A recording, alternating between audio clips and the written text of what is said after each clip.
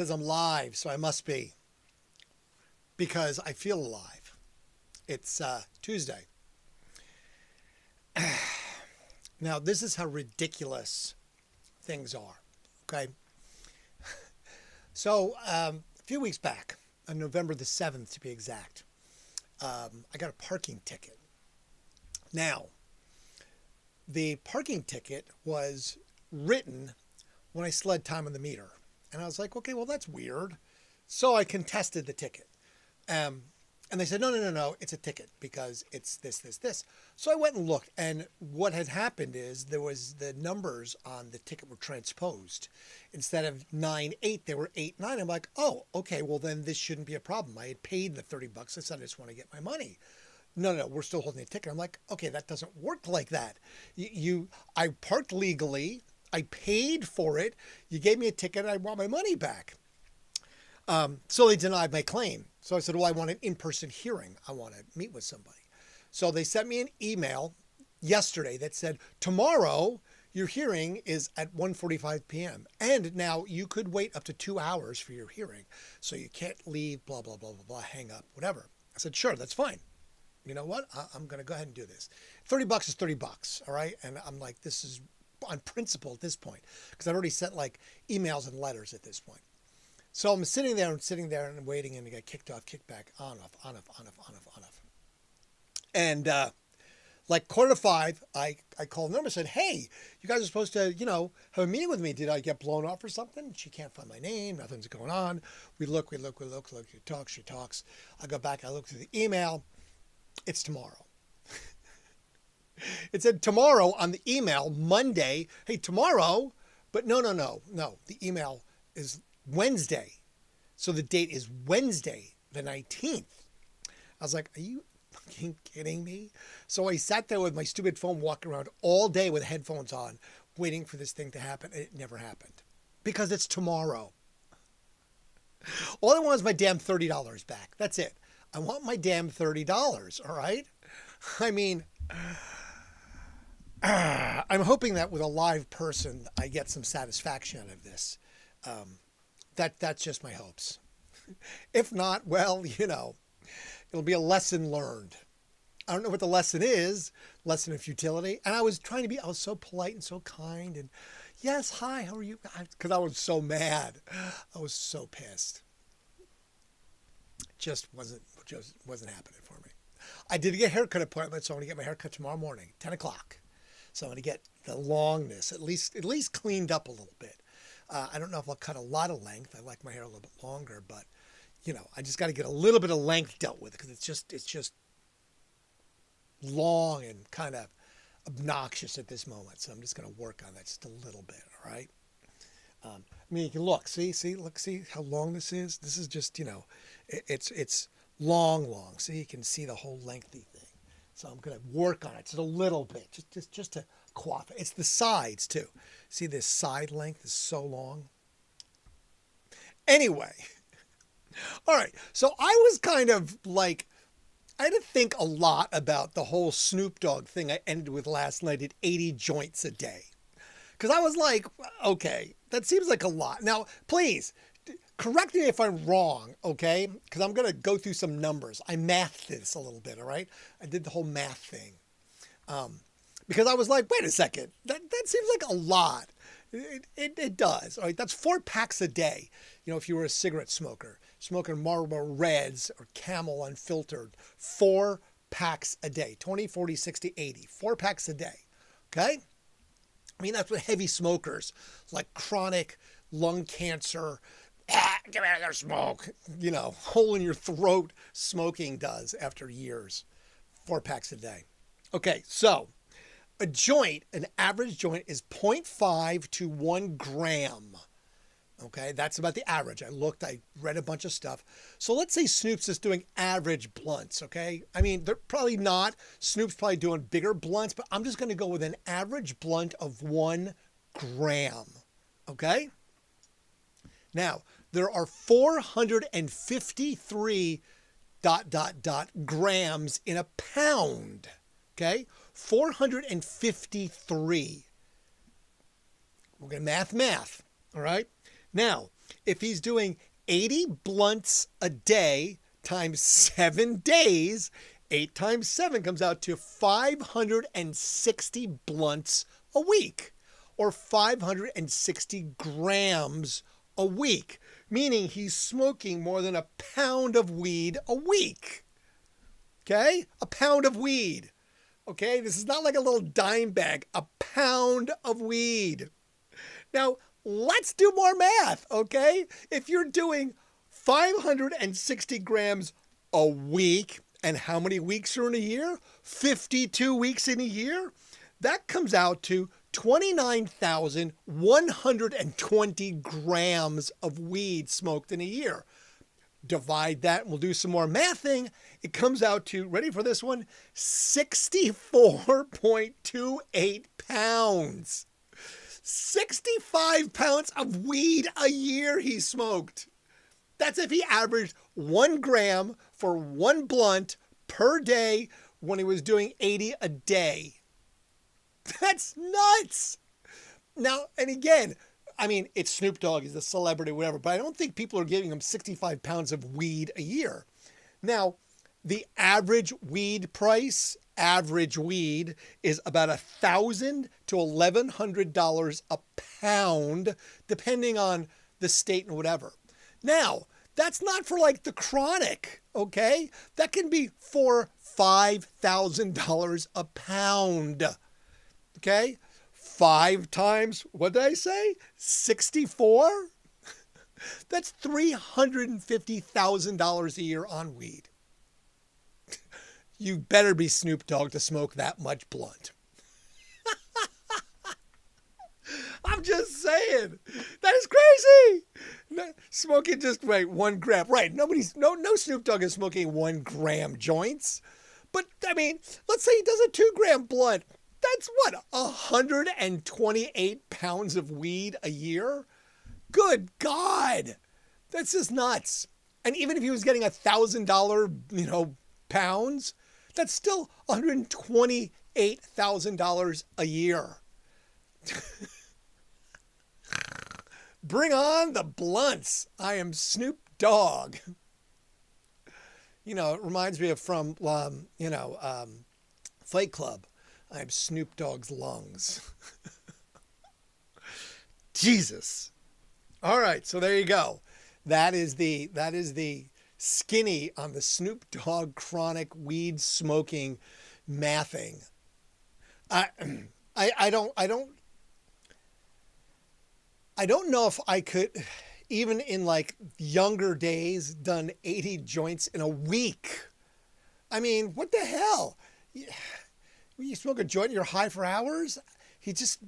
Either he's got so much just build up tolerance, or it sort of becomes like nicotine to him. He needs to smoke it just to even function, to walk around, to like have a conversation for shizzle. That's nuts. Nuts. So just saying, oh crap, I forgot to turn the heater off. All right, we're going to have to deal with that. Sorry. It's going to make that whole like noise. I forgot because it wasn't on earlier because it was warm out. But now I just heard it light, so that means it's going to drain and we'll have all that issue going on. My bad. I was so concerned with weed smoking. All right.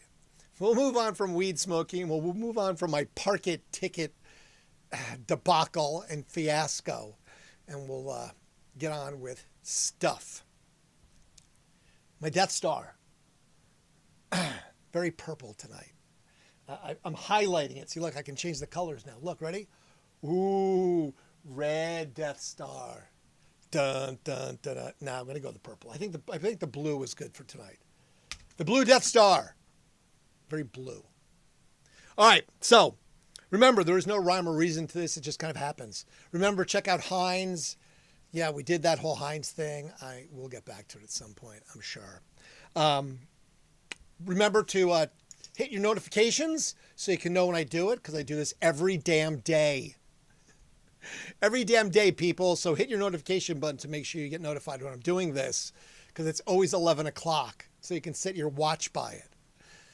I'm like Rolex, except I don't have one. And also make likes. Hit the like. And please comment. Looks so much better. You like this? This good? We're looking a little better visually here. We got some, I worked on visuals today a little bit. I moved the Death Star over here. See, now it's not blocking by my big fat head. And I added a little color. So the background, hopefully I pop a little more with the monochromatic background. I added a little more art. So see, look, you've got my Joe Walsh is up there. I put my Kill TV license plate. I got the Heinz at the eye level here. I'm going to work on the QR code. Put a little bit of stuff there, like the Randsanity in the backdrop here. So I'm working, trying to get the studio set. I even put some filters on the lights so my visage would not be so harsh on you, since it's kind of harsh. Anyway, all right. Remember, there's no rhyme or reason. And sometimes it entails movies, entertainment, music, mostly music. Okay? All right. 1975, Chaka Khan. Fourth studio album, Rufus, is released and becomes Billboard Album of the Year for 1976. In 1980, while I am in fact, pilot error, my bad. Where's Todd? Where's Todd to give me crap tonight? Todd, I forgot to turn the heater off. 1980, while I'm a fan, the movie Heaven's Gate, starring Chris Christopherson and Christopher Walken, who I'm a fan of, walking into one of the worst movie box office bombs ever. One of the biggest bombs in movie-making history. Heaven's Gate lost, ready for this one? $155 million. It's not as bad as Eddie Murphy's Pluto Nash, which lost $168 million, or better yet, The Marvels. Woo! The box office dynamo that lost $230 million. Think about that. That's lost. That's why, that's sort of that, go big or go home. It's high risk, high reward. It seemed like when I do events, they cost a lot of money to put on. For me to do my wine festival, it costs like 20 grand. And if it succeeds, I make a few bucks. If it doesn't, I get a beating. That's just like when you do concert promoting. You have a good show, man, you kill it. You have a bad show, you get killed. That's why it's so volatile. So, Heaven's Gate. Woo! More like Hell's Nightmare. 1985, Paul McCartney released the single for the theme song of the movie Spies Like Us. Doctor, Doctor, Doctor, Doctor, Doctor, and Doctor. That was Chevy Chase and Dan Aykroyd in the whole Spies Like Us thing, where they all met in the Winterland and everyone was a doctor. Doctor, Doctor, Doctor, and Doctor. I liked that movie. It was a silly movie. Not Heaven's Gate. I never saw it because it was that much of a box office smash. I was looking at the list of movies that tanked and lost money. Tenet was on it. There was a whole bunch of movies. I'm like, I see that movie. That movie wasn't that bad. A couple, I was like, I never saw that movie because apparently it sucked that much. Ooh, speaking of sucks that much, 1993, Pearl Jam's lead singer Eddie Vedder is picked up by police in New Orleans, Louisiana. Apparently what went on is that he was out with White Sox pitcher Jack McDowell and two members of Urge Overkill. It did not list who it is, but I bet it was Blackie. Because I've been out with Blackie before, and there's always shit going on with Blackie. When they were actually here in Urge Overkill, there was a whole dude I lost, where's my car moment. Because they went out and they didn't know where they parked their car. We had to go looking for their car the next day. Because dude, where's my car? I'm Dead serious. We went out. It was late. In the morning, they're like, "We forgot where we put our car." I'm like, "What?" I was like, "I think we were near campus last night." Like, really? You don't know where your car is? Got you, Todd. Always got your back, buddy. But anyway, so apparently Vetter was out in the French Quarter boozing it up with this White Sox pitcher and two Urge Overkill guys. And this James Gorman, who was a bartender at the bar, 24-year-old James Gorman. Now, stories vary whether Gorman started it or Vetter started it. Vetter basically says Gorman kept on coming by saying, "You're not my Messiah. You're not my Messiah." Gorman said he put him against the wall and spit in his face. Vetter didn't deny that he put him against the wall and spit in his face, but he said that this guy started it. Anyway, a ruckus ensued. The results being that McDowell wound up being in Presbyterian Hospital. Vetter wound up getting picked up by the New Orleans police. Now, this is what I found hard to believe, honestly. For public drunkenness and disturbing the peace in New Orleans, in the French Quarter. I mean, I've been to New Orleans in the French Quarter. I've been there and possibly drunkenness and disturbing the peace. The cops just look at you like, "Do you have any glass? No? Get out of here." I mean, they usually don't care. They deal with a lot worse. And it's usually not their modus operandi to care if you're drunk in New Orleans in the French Quarter. So this must have been quite the melee in the bar to send the White Sox pitcher to the hospital and Vetter to jail. He stayed overnight, or at least for some hours. He got bailed out at 5 a.m. at a cost of $600. Now, the charges were serious enough that he could have spent 90 days in jail if he was found guilty. But like it with most, rock stars are, and New Orleans, all charges were later dropped a few weeks after the incident occurred. So, it didn't hurt his popularity any. He went on to sell 7 million albums, so a little drunken brawl never hurts anybody, except for the person that gets drunkenly brawled. Just saying. Now, speaking of arrests that are not good, 1997, 70s glam rock band star, singer Gary Glitter, Paul Gad, was arrested by UK police in a child porn probe. 1997. Okay? Now, he got convicted, released. He got arrested in Vietnam, kind of the same thing, released. Got arrested in 2015, not released. They wound up releasing him and then said, we're putting you right back in jail because we don't believe that you're rehabilitated and you were still a danger to yourself and potentially others. Yes, Gary Glitter, still in jail. Now, oddly enough, funny or not funny, when we were at the football game on Saturday, I was with Stephen Webster. He's a fashion jewelry designer. Nice guy. He's British. He's got lots and lots of jewelry designs. Clients are, Simon Le Bon and Madonna, and you name the rock star, he knows them apparently, since we were kind of throwing barbs at each other like, what about this one? What about this one? What about this one? What about this one?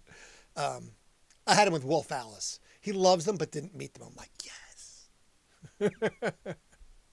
But anyway, at the football game on Saturday, they played the Gary Glitter song. He right away looked at me and goes, "Do you know who this is?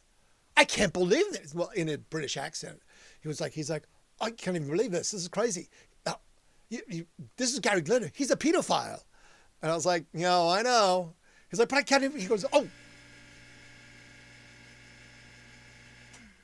Oh, they would never play this in London. This is crazy. So he even took like a picture of like the scoreboard and stuff as it was playing to get some audio, because I'm sure he wanted to share with friends and be like, "Oh, America's so crazy. I can't believe they would actually play Gary Glitter at a concert." And he said it like 4 times, like, I can't believe this. He's a pedophile. So there you go. Yeah, well, we'll get to that one again later. Just different. Not Gary Glitter. 1997, Metallica releases their album Reload. 2005, 20th Century Fox releases Walk the Line, the Johnny Cash story, starring Joaquin Phoenix as, in fact, Johnny Cash, and Reese Witherspoon as June Carter. Witherspoon would go on to win an Academy Award for her role in that movie. 2015, Willie Nelson receives the Library of Congress Award and the Gershwin Prize. Happens at the Thomas Jefferson Memorial in Washington, D.C. Too bad it's not like the Pulitzer Prize with $1 million, because he probably still is paying those back taxes that he owed from the 70s. Just saying. 1928, going way back, Walt Disney releases the first talkie Mickey Mouse cartoon, Steamboat Willie. And in 1959, Ben-Hur was released, and it got the 1960 Academy Award. It starred Charlton Heston. So I was thinking about Charlton Heston because I saw Charlton Heston when I went to Saturday Night Live. The band got me in. It was Paul Westerberg. And this happened in 1993 on December the 4th. I just remember there was a whole bunch of stuff. And Heston, they kind of like propped him up like, okay, stand here, Mr. Heston. And they had the big cue cards and everything. They did a Planet of the Apes monologue and skit. He was the whole Planet of the Apes as well. And a couple other things that are pretty funny. So I was just sort of remembering all that. Afterwards, we got to hang out with the band and went backstage, and I got really close to Heston. Didn't get a picture because cell phones didn't have them back then. I would totally be like, Mr. Heston, let me get a picture. Be like, Planet of the Apes, dude. Woo. No, didn't happen. But it was fun. I do remember it was very fun. We got there late. With my friend and me, maybe stopped at a few bars along the way, thinking like, we'll get there like, a little after 11. People were seating at like 8 o'clock. So we got stuck up in the balcony because we were guests of the band. They couldn't not let us in. But we sat in like the crappiest seats ever. I remember we sat in like the stairs, like overlooking the stage. The shenanigans. I just thought, when it goes live at 11:30, we'll just get there, like at a concert right before the band goes on. Yeah, no, that's not how that works, apparently. I didn't know. All right. 1956, Fats Domino appeared on the U.S. TV show of Ed Sullivan, performing Blueberry Hill. Before this song became a rock and roll standard, it had been recorded by various artists, including Louis Armstrong, the Glenn Miller Orchestra, Gene Autry, Jimmy Dorsey. The version by Fats Domino was ranked number 82 in the Rolling Stones magazine of the greatest 500 songs of all time. I found my thrill on Blueberry Hill. 1963, the Beatles received the silver LP discs for Please Please Me. And with the Beatles at a ceremony held at EMI House in London, they also received a silver EP for Twist and Shout and a silver single for She Loves You. The band then attended a cocktail party and a formal lunch at the EMI boardroom with company executives and invited guests. Also on this day, the U.S. NBC News program, The Huntley-Brinkley Report, was the first to air footage, albeit pre-recorded, of the Beatles in concert. Beatles. In 1965, Manfred Mann, the Yardbirds, Paul and Barry Ryan all appeared at the ABC Cinema, Stockton, Cleveland, Northeast England. I never quite understood that. I was like, so were they all in the same spot? Or are they different spots? Because how did they manage that? Because I didn't know that there was a Stockton, Cleveland, North England. Unless there's a Cleveland, North England. I thought it was just Cleveland. I could be confused. I mean, I'm normally confused, but I don't know about that one. Let's see. I like the set. Looks crisp, but you just changed the lighting, or is this a new camera? Oh, no. I just changed the lighting. I added a little visual color. I moved the Death Star so it wasn't being blocked by it. Add a little color to the background.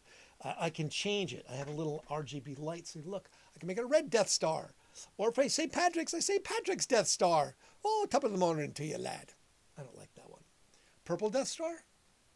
There you go. We'll go with purple Death Star. It then makes, when it's a purple Death Star, you know what stands out? The yellow submarine. Mm-hmm. So, no, just a little bit of lighting change. I adjusted the lights up here to make my less washed out. I put a couple of paper towels over them.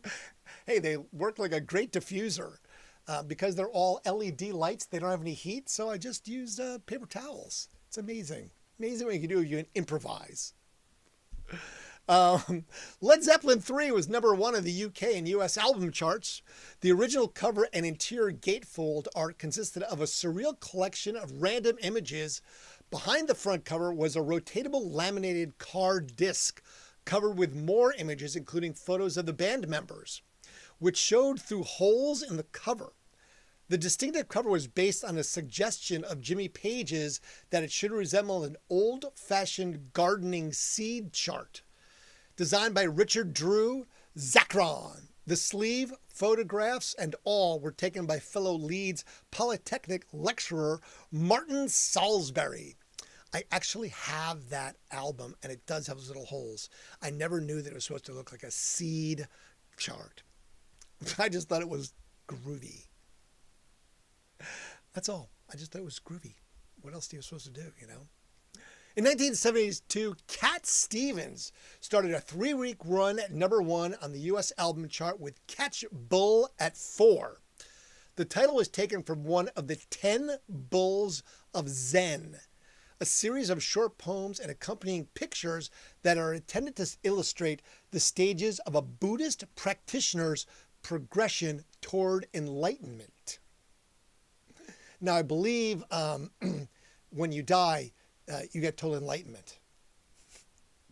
Caddyshack, Bill Murray. Come on. You know. Total enlightenment. Singer-songwriter Danny Whitten died of a drug overdose at age 29 in 1972. He was a member of Neil Young's Crazy Horse and a writer of I Don't Want to Talk About It, covered by Rod Stewart, Rita Coolidge, and Everything But the Girl.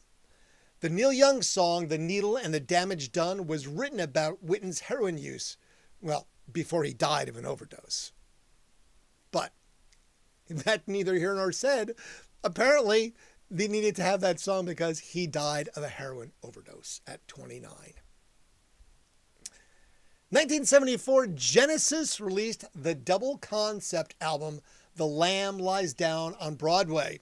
It was their 6th studio album and the last album before frontman Peter Gabriel struck out on his own. Genesis promoted the album with their 1974-1975 tour across North America and Europe, playing the album in its entirety. I did not see that. I was too young. Bruce Springsteen made his live tuberculosis. Bruce Springsteen made his live TV debut in UK's London Hammersmith Odeon. The set list included Thunder Road, 10th Anniversary Freeze, Born to Run, the E Street Shuffle, Jungle Land, 4th of July, Asbury Park, Detroit Medley, For You, and Quarter to Three. That was 1975. In 1976, Richard Hell and the Void Voids made their debut at CBGB's New York City. Hell was an innovator of punk music and fashion and was one of the first to spike his hair and worn torn, cut, and drawn-on shirts, often held together with safety pins. Malcolm McLaren, manager of the Sex Pistols, was credited as Hell, the source of inspiration for the Sex Pistols' look and attitude. Richard Hell and the Void Voids. Richard Hell. I don't know if that was his real name. In 1978, Billy Joel went to number 1 on the album chart in the U.S. with his 6th studio album, 52nd Street. His first U.S. number 1 album was also the first commercial album to be released on compact disc by Sony Entertainment. It won Joel the 1979 Grammy for Album of the Year. That was the very first released compact disc, Billy Joel. Could there have been a better one? Don't know. Could there have been a worse one? Abso-freaking-lutely. I'm sure there could have been. In 1983, REM made their first appearance outside the U.S. when they appeared on Channel 4 UK TV show The Tube. The following night, they made their live UK debut when they played the Dingwalls, London. Now, that's a club, Dingwalls, not like Dingleberries, Dingwalls. 1992, Black Sabbath was honored with a star in the Rock Walk in Hollywood, California. I don't know what number it is or where it's located. Sorry, just didn't. In 1993 as well, on this day, the 18th of November, Nirvana recorded their MTV Unplugged special at Sony Studios in New York City. Nirvana played a set list composed of mainly lesser-known material and cover versions of songs by the Vaselines, David Bowie, Meat Puppets, and Leadbelly. The album won Grammy for Best Alternative Music Album in 1996. That is that famous where, remember, he wore that crazy green sweater that we said somebody bought for $250,000 or something like that at an auction. I mean, it's a cool sweater and all, but I just don't really have that kind of jack to throw toward a sweater. Just saying. 2001, Britney. She scored her second U.S. number 1 album with Britney.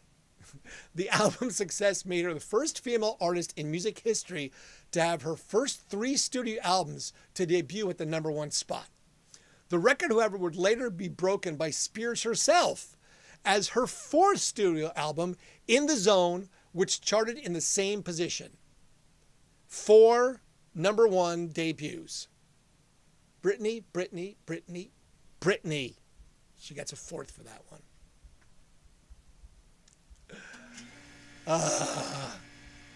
Come on.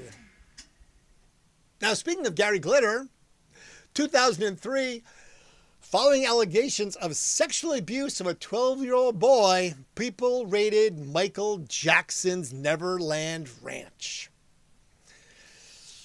Jackson denied the allegations. The search came on the day that his latest greatest hits album, number 1's, was released in the U.S.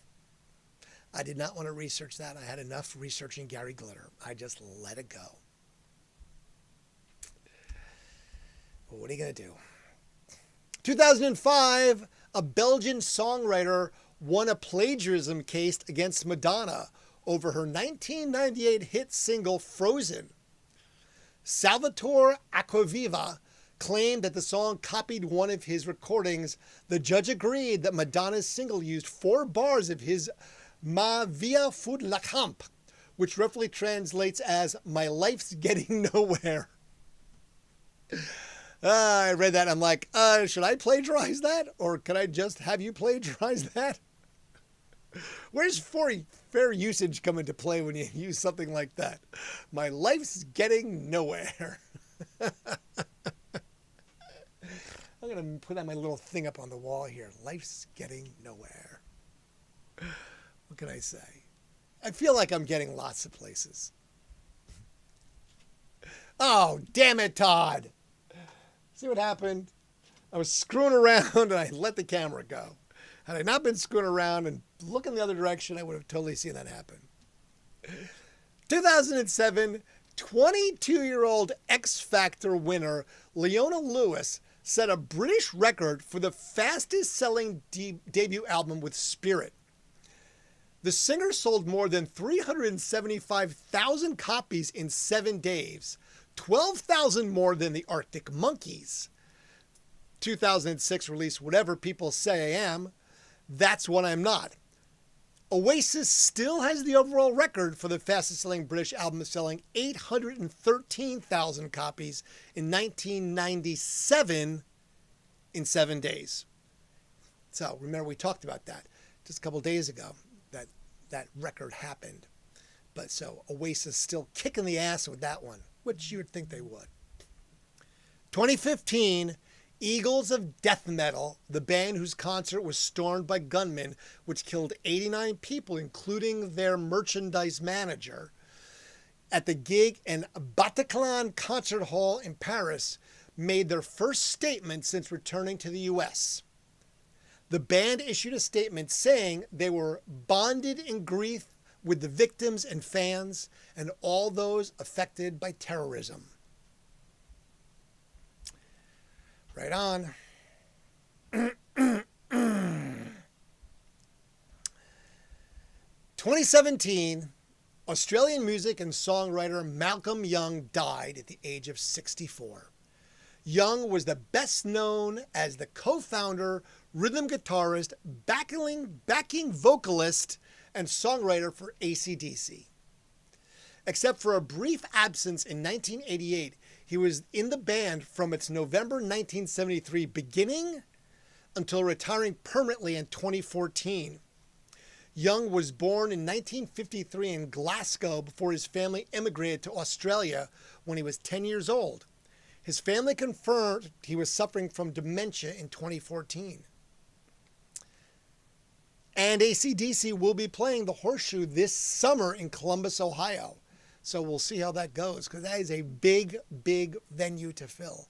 And without Malcolm Young, I don't know. Just have to see. I will try and go because I like AC/DC. And we'll see how that works out. I know people already bought tickets, so I'm sure it's going to be a lot of tickets sold. It is AC/DC, and you got to love that, highway to hell. Because remember, there's a stairway to heaven, but there's a highway to hell. And I have an SUV. Take that to the bank. Birthdays today, Owen Wilson of movie star fame. I can take him or leave him. There's movies I like him in. There's others I'm like, not a fan. I don't know. Something about him. Don't know. I liked him in Zoolander. I don't know if I liked him in some other movies. Just not sure. Kevin Nealon of Saturday Night Live. Birthday today. Herman Rarebell of the Scorpions. Rock you like a hurricane. I mean, come on. You have to love the Scorpions. Jake Brockman of Echo and the Bunnymen.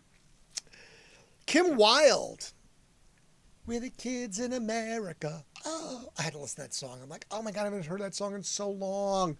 We used to play it on the radio station at CD 101 days, but I was like, damn. It's like nobody plays this stuff anymore. This good classic alternative. Kim Wilde, yes. Love that. Loved it. And then Kirk Hammett of Metallica, the guitarist Kirk, 63 today. Happy birthday. The only people that I saw that died, because I already mentioned the dead people before, was James Coburn, actor James Coburn. He was in like Magnificent Seven. And he had one of those great voices too. Coburn had one of those really deep kind of guttural voices you have to love. And Cab Calloway. Cab Calloway died on this day. He did Minnie the Moocher. If you remember seeing Blues Brothers, he did a cameo where he sung Minnie the Moocher, and he was the guy in the suit that had to get the money to the orphanage. And he's the one that got on stage and all that stuff. Good old Cab Calloway and Minnie the Moocher. The Blues Brothers did a lot for a lot of musicians in that movie. Dan Aykroyd, John Belushi. They helped the careers of a lot of blues singers that were on their way out and not getting the recognition that they needed. So that was very good for them to do. It was a great movie too. So now don't forget, likes are good. Engagement's good. You have to talk to me so I can be like, hey, and I'll text back. So I'm going to move. So my screen was, it is here. See, it's right down here. So I have to look down when I go ahead and I see the comments. But what I'm going to do is I'm going to move this screen to here or up here. That way I can see comments better and I'll be able to respond to them quicker. So make sure you comment, especially if I'm going to ask questions like, can anyone believe that much weed is smoked by any human being in a single day? That crap, man, that's nuts. Just saying. And don't forget to hit the notification button. That way you're notified when I do these things because, I do them every damn day. It's the way that works.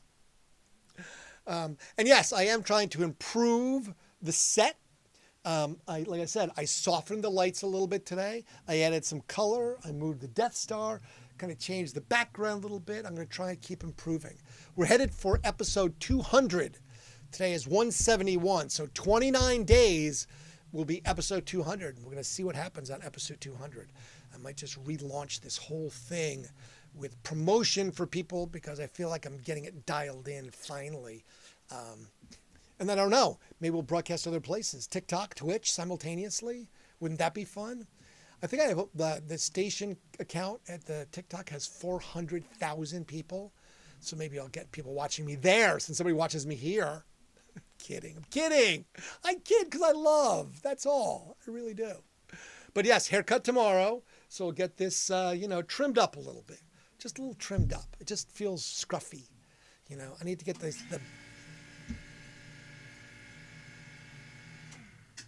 I know. I forgot to turn the damn heater off tonight. If it's your first time, I have an old house that I live in, and it has a boiler and radiators. So it gives you this nice, warm, cozy feeling because you get these big warm pockets in the house. But the problem is that the steam has to turn back to water.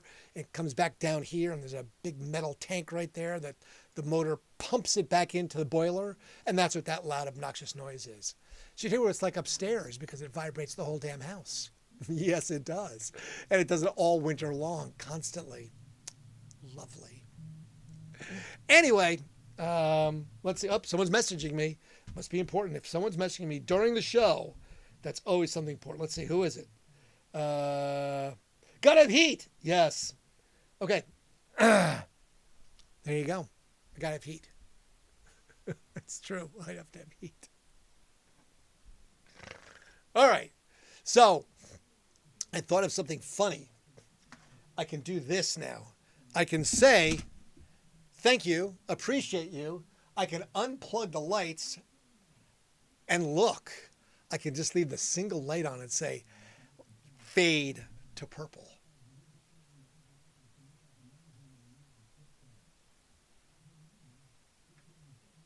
Woo! Look at that. Faded to purple. I cracked myself up. I hope I cracked you up too.